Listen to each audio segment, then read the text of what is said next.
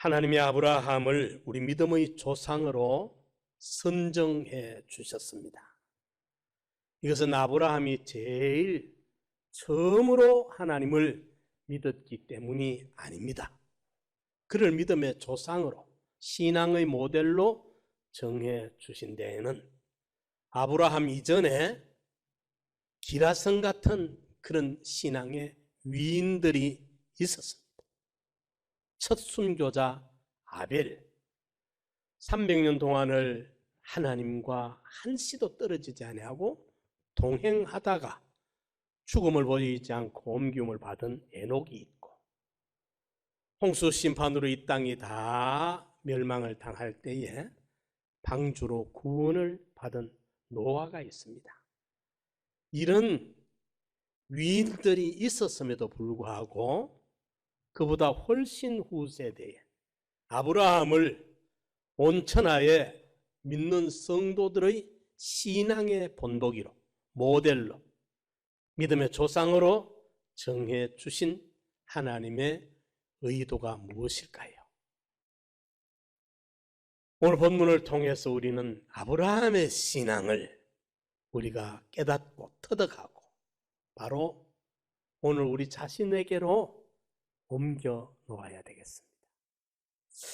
여기에 봉독한 창세기 12장 1절로 4절의 말씀 중에는 하나님께서 아브라함에게 요구하시는 하나님의 명령이 있고, 다시 말씀드리면 아브라함이 감당해야 할, 지켜야 할 신앙의 부분이 있고, 아브라함이 하나님의 이 명령의, 이 요구의 뜻에 합당하게 살 때에 하나님께서 책임져 주실 약속된 축복이 기록이 되어져 있습니다.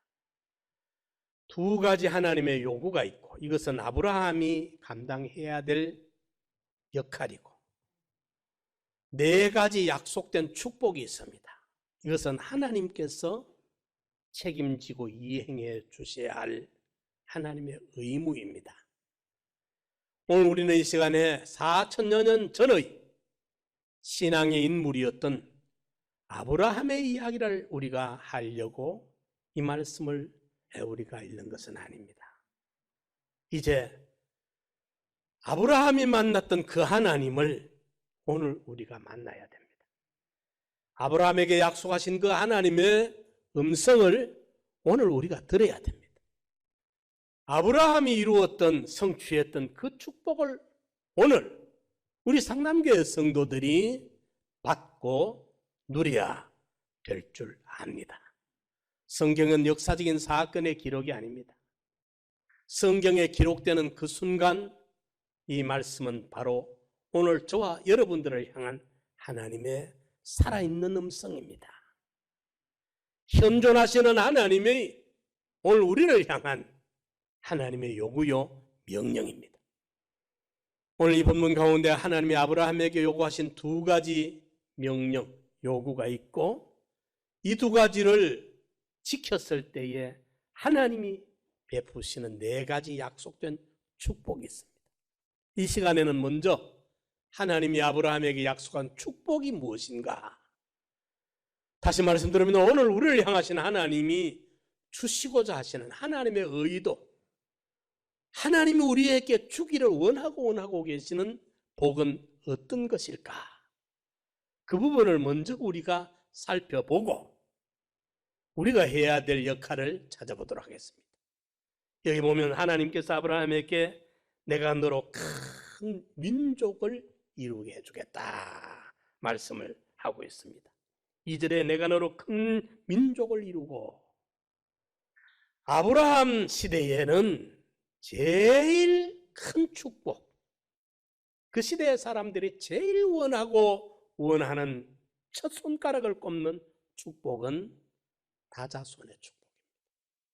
자손이 흥왕하고 번성되고 잘되는, 이것이 그 시대의 사람들이 제일 원하는 첫 손가락으로 꼽을 만한 복입니다. 하나님께서 하나님의 자녀들에게, 하나님의 백성들에게 하나님은 네가 믿음을 지키면 내가 네 자자손손을 흥왕되게 복되게 하겠다. 이것이 하나님의 약속입니다. 큰 민족을 이루겠다. 큰 민족이 되려고 하면 어찌 됩니까? 자식이 잘 되고 손자가 잘 되고 증손자가 잘 되고, 예? 4대 5대 자꾸 하나님의 축복이 임해야 되는 것입니다. 예? 물론 여기에는 예수님 당시에 히브리인들은 늘 아브라함의 자손인 것을 자랑을 해요. 아브라함의 자손인 그 긍지를 가지고 그들은 살았습니다. 예? 그러니까 예수님께서 돌로도 아브라함의 자손을 되게 할 수가 있다 말씀을 하셨어요. 중요한 것은 영적인 신앙의 후손들도 큰 민족이 이루어지게 된다.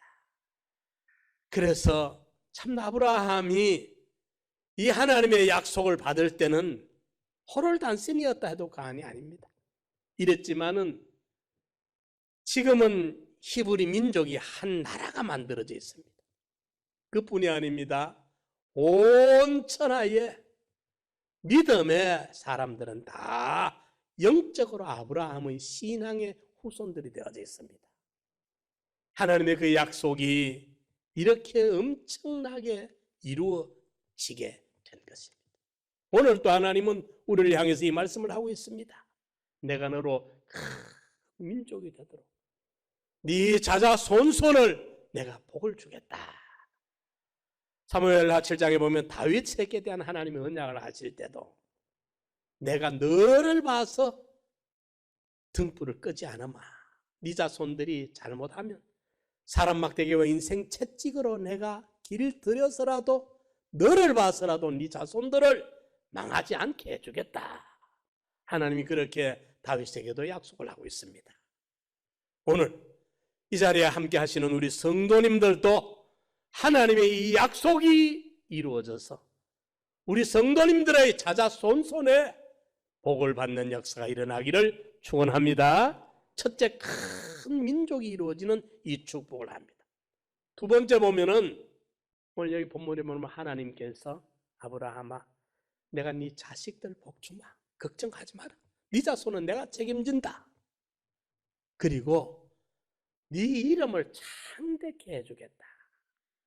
두 번째 약속한 축복은 당사자도 자식만 잘 되고 너는 평생 고생하다가 찌그러지고 희생하다가 말아라. 이게 아니라 네 당대에도 네 이름을 창대하게 해주마. 이름이 창대하려면 이 넓을 창자 큰 대자입니다. 인생이 호적피요 인적명이요 호적피라는 말이 있어요. 범은 가죽을 남기고 호적피 껍데기 가죽피자 인적명이라 사람인자 사람은 이름을 남긴다. 이름을 남기려면은 그 한쪽 촌구석에서 양 몇 마리 소 몇 마리 먹이다가 죽어버리면 그 이름이 어떻게 창대해집니까? 아브라함이 가문이 좋았던 가문 아닙니다. 그 아버지가 우상 만들어가 깎아 팔던 사람이에요. 집안도 별로예요. 그 당시에 목축업은 양반들이 겉도도 안 보는 좀 하층민들이 하는 직업입니다. 애굽 사람들은 가증스럽게 여겼어요. 예. 그러니까 많은 세상적으로 공부를 한 사람도 아니고 출생이 왕족도 아니고 귀족도 아닙니다.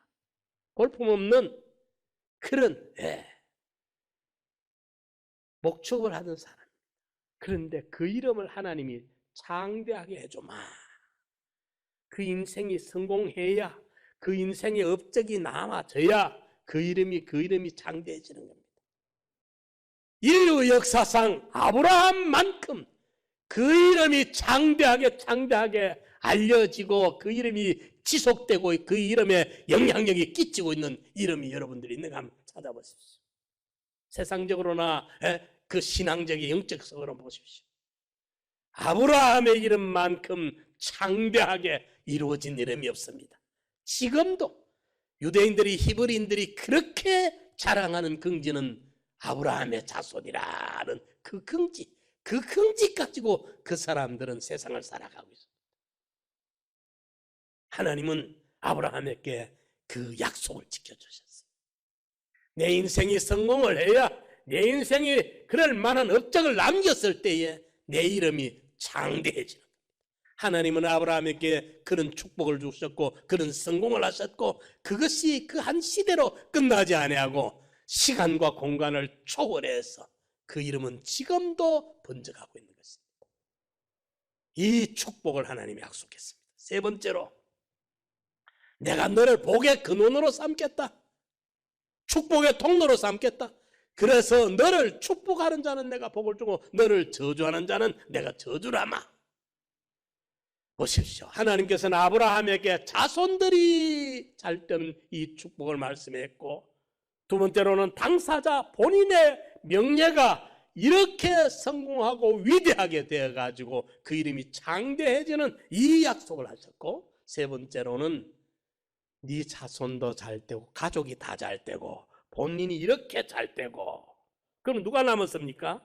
이웃밖에 없어요. 이제 네 주변 사람들이, 이웃 사람들이 네 영향을 받아가지고, 네 덕을 받아가지고, 아브라함 너의 덕을 받아가지고 네 이웃들도 그 영향을 끼쳐서, 선한 영향이 끼쳐가지고 이웃들이 다 덕을 보도록, 평화가 이루어지도록, 복이 되도록 해주마. 이 약속을 하신 것입니다. 이웃까지 자손이 잘 되고 내가 위대해지고. 예? 우리 옛날에 그 말 있지 않습니까? 모진 사람 옆에 있다가 뭐 맞는다고? 벼락 맞는다. 악한 사람 옆에 있다가 악의 징벌을 받는데, 선한 아브라함 주변에 있으면 선한 역사가 일어나는 거예요. 이러니까 자손 잘 되는 복, 당사자가 위대해지는 복, 이웃에게까지 이 덕을 끼치는, 축복의 영향을 끼치는 이것을 하나님이 말씀했습니다. 요셉 하나가 하나님이 기뻐하시니까 보디발 집이 복을 받고, 야곱 하나가 하나님 앞에 마음에 기쁨이 되니까 그 삼촌 집이 복을 받고, 예수쟁이 하나가 어느 사회에 들어가서 제대로 예수쟁이 노릇만 하면 그 사회가 복을 받는 것입니다. 복음이 영국에 가니까 대영 제국에 해질 날이 없어지는 것입니다. 청교도들의 배 한 척을 타고 미국을 건너갔는데 미국이 전 세계의 최강의, 최선진의 나라가 됩니다. 이게 하나님의 약속이에요. 자손이 잘 되는 복을 받습니다.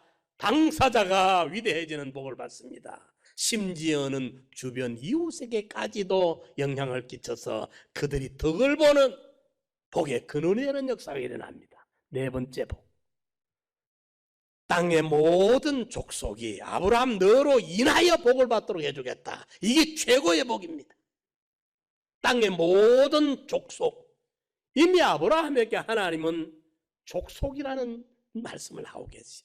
마태복음 28장 마지막 절에 예수님이 승천하시기 전 사랑하는 제자들에게 가서 모든 족속으로 제자를 삼아 아버지와 아들과 성령의 이름으로 세례를 주고 내게 배운 그들 가르쳐 지키게 해라 하신 그 족속이 이미 아브라함 때에 하나님 약속했어요. 너를 인하여 땅의 모든 족속이 너를 인하여, 무슨 말입니까? 아브라함의 자손 예수, 인류를 죄에서 구원하러 오실 메시아, 예수 구원의 역사를 이루어서 영혼을 구원하는 영생의 축복을 받도록 해주마. 그래서 구약 성경학자들은, 구약 교수들은 이것을 요한복음 3장 16절 다음에 두 번째로 큰 요절이다, 그렇게 해석하는 분들도 있습니다. 과언이 아닙니다. 이미 그 요절 안에 요한복음 3장 16절 예수님이 오실 것을 말씀하고 있는 거예요. 모든 족속이 아브라함 너로 인하여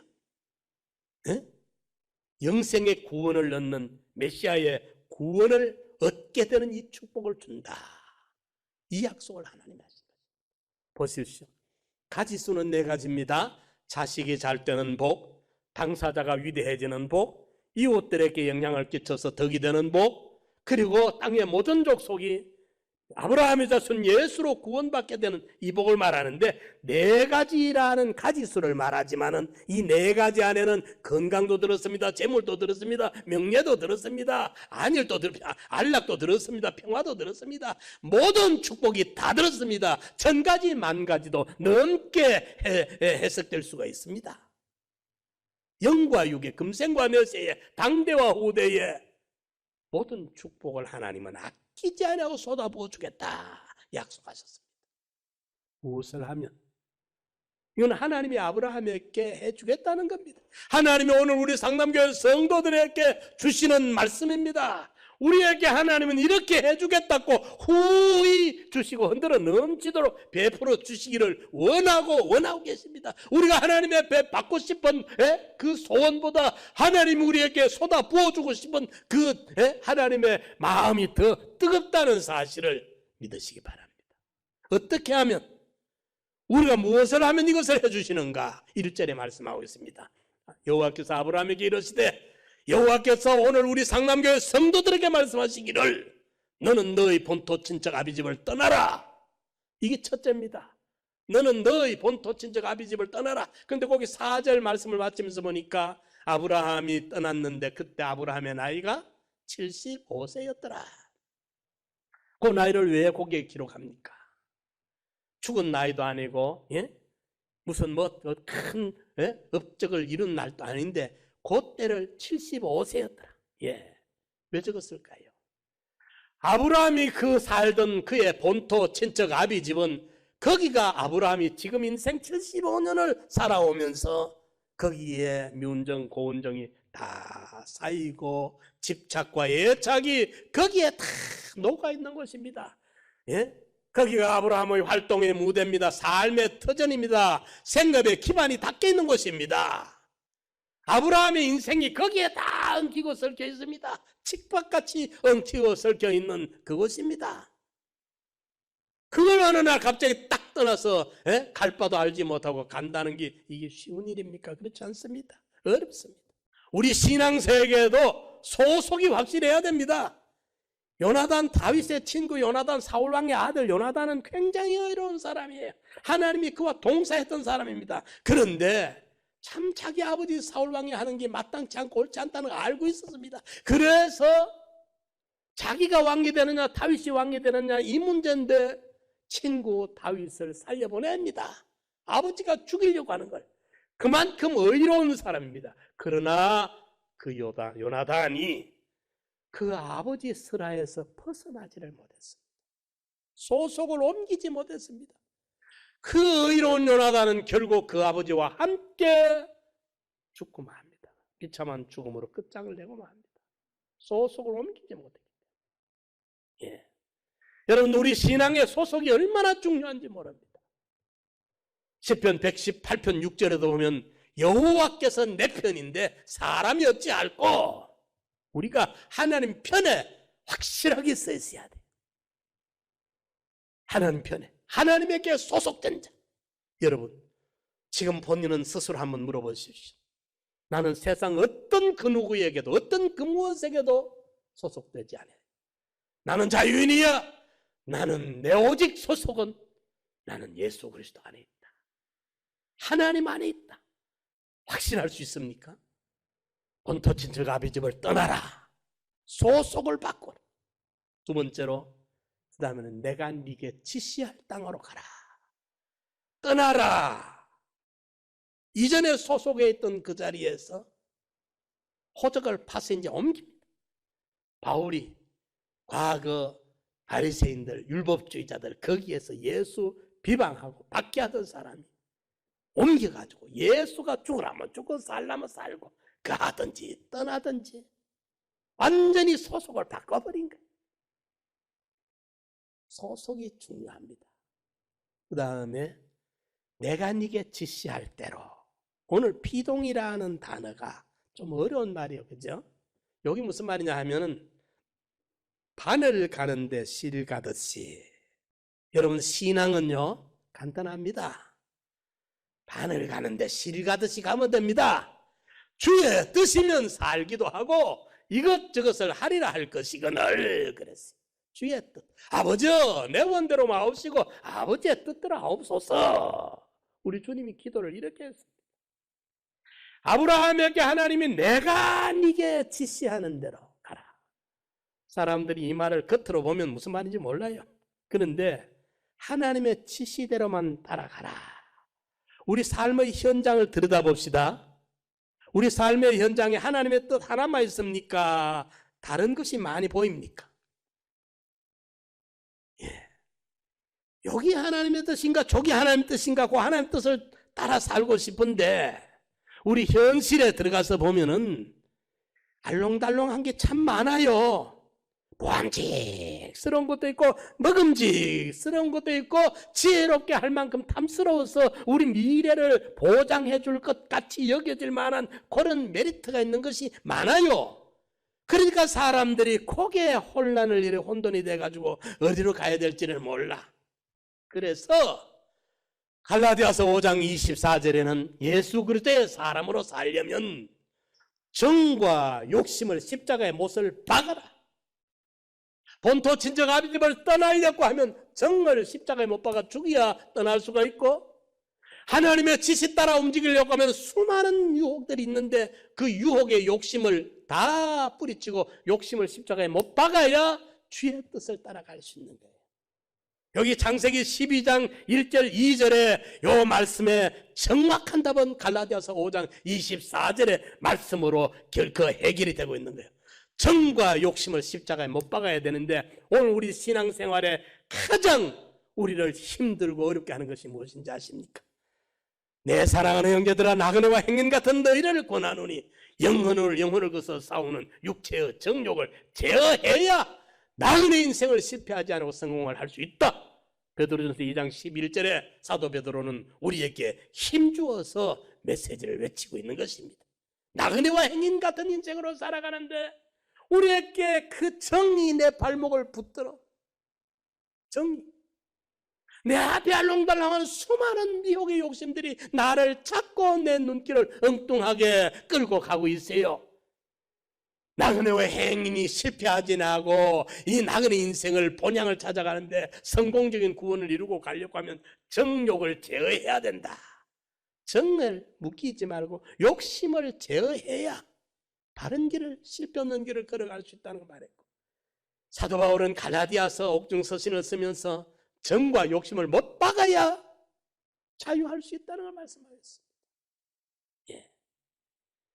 이 정과 욕심을 못 박아야 소속이 확실해지고 주님의 뜻을 따라만 움직이는 피동이 제대로 되는 겁니다. 이 사람에게 민족이 이루어지는 자손의 축복과 당대가 위대해지는 이 창대한 이름이 주어지고 복의 근원이 돼서 많은 세상 사람들에게 선한 영향과 축복의 덕을 끼칠 수 있게 되어지고 이게 사람이 이래 좀 살아야 될 거 아닙니까? 사람들에게 빚지고 피해 끼치고 해독만 끼치고 이런 인간으로 살면 우리가 어찌 되겠어요? 예? 이웃의 복의 근원이 돼가 선한 영향과 덕을 끼치는 사람이 되고 그거로 세상적으로 그렇게 복받아 누리는 게 다가 아니라 땅의 모든 족속을 너로 인하여 복을 받는 영적인 이 사업, 영적인 축복까지 이루어지는 이 축복을 하나님은 아낌없이 우리에게 주겠다는 약속입니다. 4,000년 전에 아브라함에게 하신 이야기가 아닙니다. 역사적인 사건으로 끝난 게 아닙니다. 오늘 우리에게 찾아오셔서 하나님은 말씀하고 계십니다. 본토 친척 아비집을 떠나 네가 네 인생을 내게 속할 수 있느냐? 내게 소속할 수 있겠느냐? 묻고 계십니다. 수만 가지 유혹하는 고를듯한 것이 메리트 있는 것이 매력 있는 것이 너무도 많지만은 다 뿌리치고 내 뜻대로만 네가 따라 살래? 이 두 가지를 네가 해줄 수 있겠나? 이것만 하면 내 약속 지킨다. 내가 네 자손 자자 손손을 책임진다. 네 당대에 성공하고 위대한 인생으로 살다 가도록 내가 책임진다. 너를 통해 네 주변에게 놀라운 역사가 일어나도록 해준다. 뿐만 아니고 영생에 구원이 이루어지도록 해줄 텐데 어쩔 것이냐? 할 수 있겠느냐? 묻고 있습니다. 사랑하는 성도 여러분, 아브라함이 믿었던 그 하나님 우리가 믿고 있습니다. 아브라함에게 약속하신 그 약속 오늘 살아 있습니다. 아브라함이 받은 축복 우리 똑같이 받을 수 있습니다. 아브라함과 하나님의 촌수하고 저와 여러분과 하나님의 촌수가 같습니다. 믿습니까? 촌수가 같아요. 아브라함은 하나님과 삼촌이고 우리는 5촌, 7촌 좀 되는 이런 촌수가 아니라 하나님과 아브라함의 관계 거리나 오늘 저와 여러분과 하나님과의 거리 관계가 꼭 같다. 중요한 것은 아브라함처럼 믿을 수 있겠느냐.